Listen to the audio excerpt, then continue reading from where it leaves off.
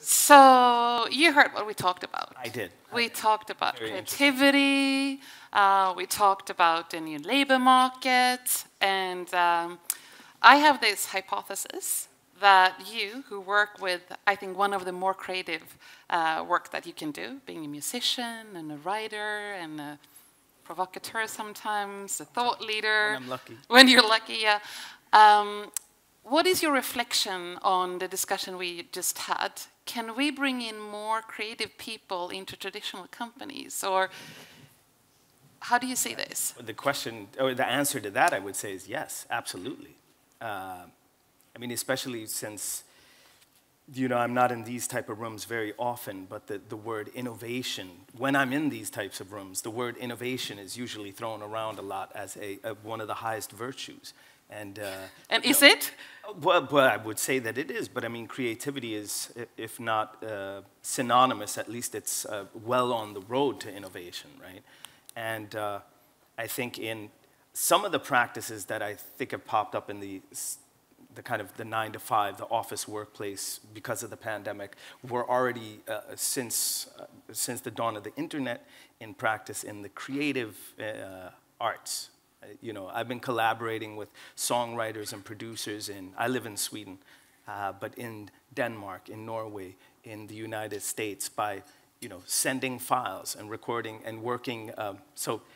Working remotely is nothing new either as a so you, I mean, here we can learn from musicians. You already know how to collaborate. You know how to work, you know, from different spaces. Another thing that I think that you do as musicians is that you're really good listeners. You really kind of, you know, you tune in and you play together to become like a beautiful mix. And I would argue that in companies, I'm not sure we're that good listeners. I'm not sure that we like collaborate like that. Can we learn this skill? I definitely think that you could. I mean, it's a very valid point. Also, I think I listen because a lot of my, you know, what I source ideas from are things that I read, but they're also sounds that I hear, conversations that I'm listening to, people I'm in conversation with.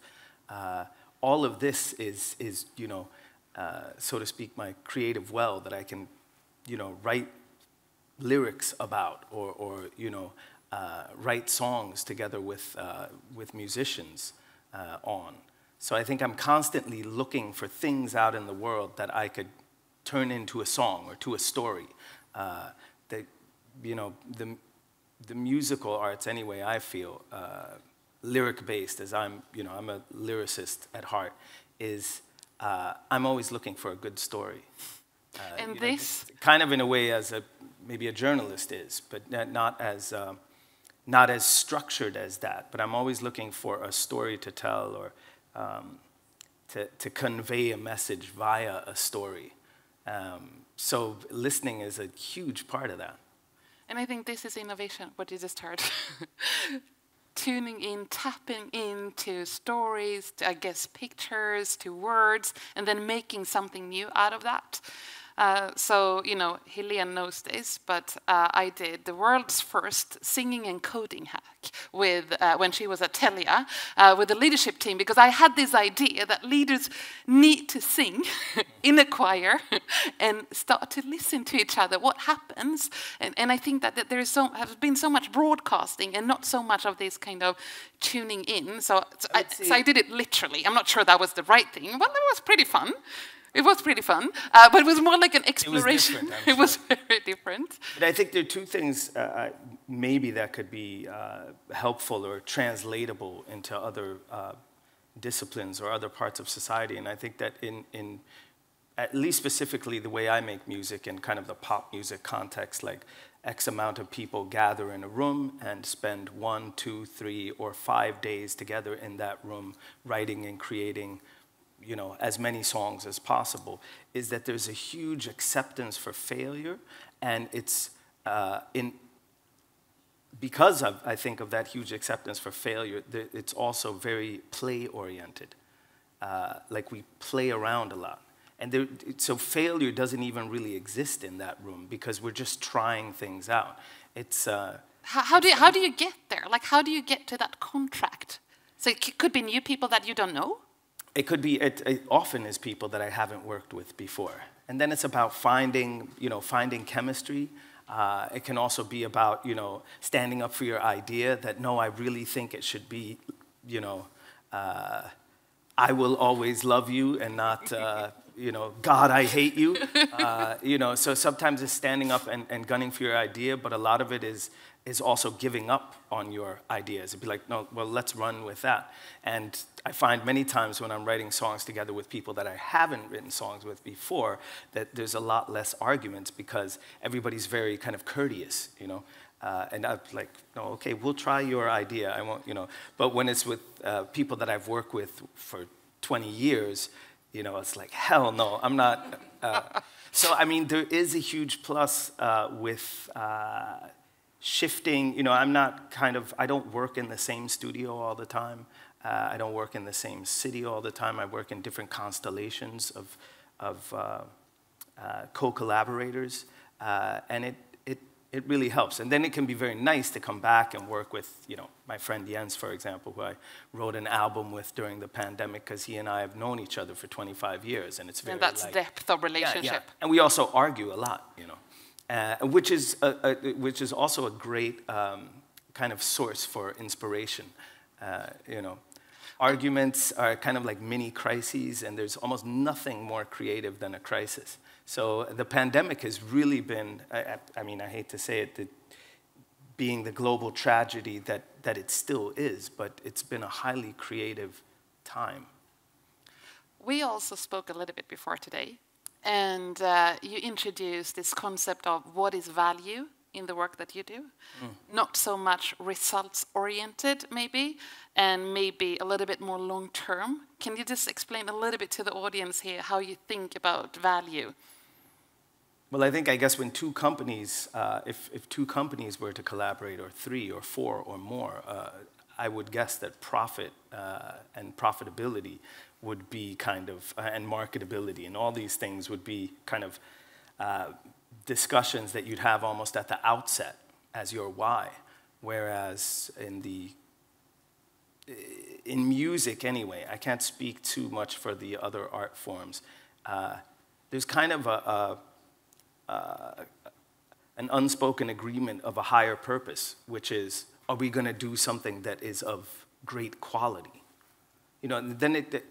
And this sounds, of course, very privileged to say, and then profitability and marketability and that stuff, they're secondary or tertiary or not even important. We don't even talk about it. Also because those type of conversations tend to get in the way of the creative work that we have to do first.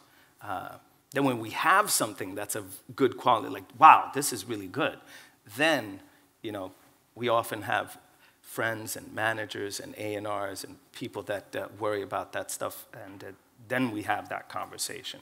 But kind of identifying a higher purpose other than things like profitability, for example. I think this is so inspirational.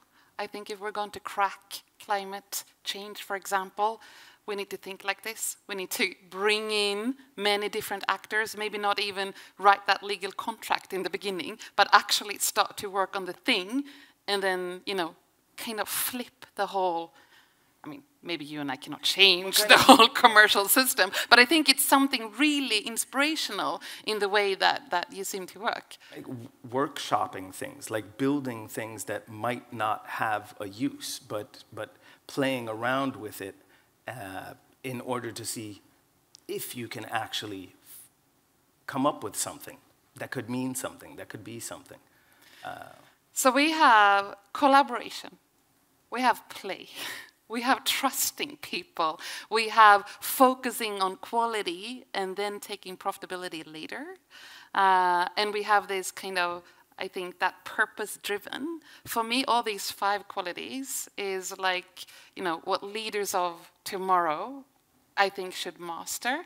So can you consult companies and teach companies to do this? Can you have, like, Jason's Leadership Academy? Well, I definitely could try. I think also, if you look to, anyway, from the Swedish perspective, I think there's been kind of a lack in leadership, or a lack in for young people finding inspiring leadership, or the type of leadership that makes you want to stand up and say, God damn it, I could do something too. But I think young people are finding, and have been for a long time, I'm sure, but finding that in other areas. So for example, in artists,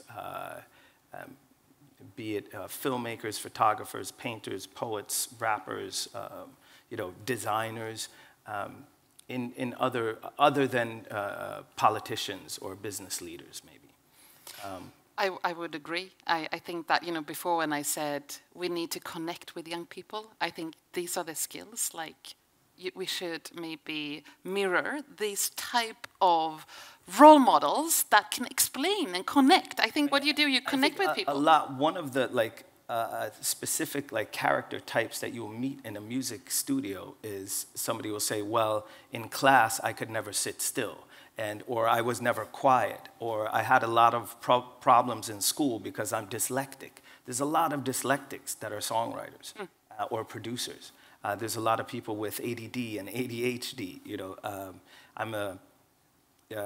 Grew up in the 80s and 90s, so we didn't receive those kind of categorizations then. But now we know, and I think there's a lot to be said for different ways to kind of, I thought it was very interesting that the earlier panel was talking about the reformation of changing the way schools work and how the education system works, because there are people who use their minds in different ways but are no less capable in creating amazing results. I would agree. I mean, every single visual designer I have is dyslexic. So they found another form, and yes, you can make money out of actually, finding that other form. Usually, my friends that are dyslexic are usually very verbal and very good at speaking, because if you're not great at writing, you have to become really good at speaking up for yourself. So you need to see yourself in the future of how you can create a career, even if you would have any of these diagnoses.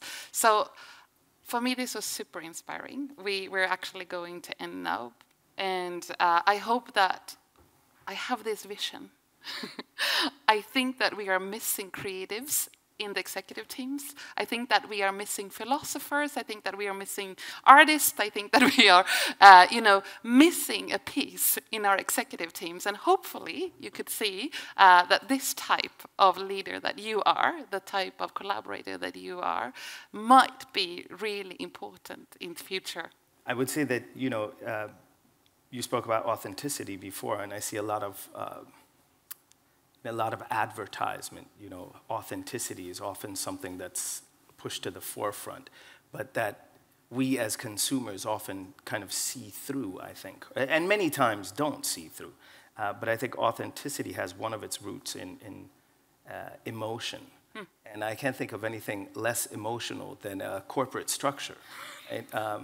So maybe that's another, to draw off emotions, which is the most human thing. We all have them, and to allow. I like that idea of a boardroom with a philosopher, and a musician, an accountant, a musician, and a software engineer. So let's build those boardrooms, and guys, you are decision makers. So hopefully this was an alternative way of ending a very interesting discussion on the future. And thank you so much for joining me on this. Thank you, Lisa. Thank you. Thanks.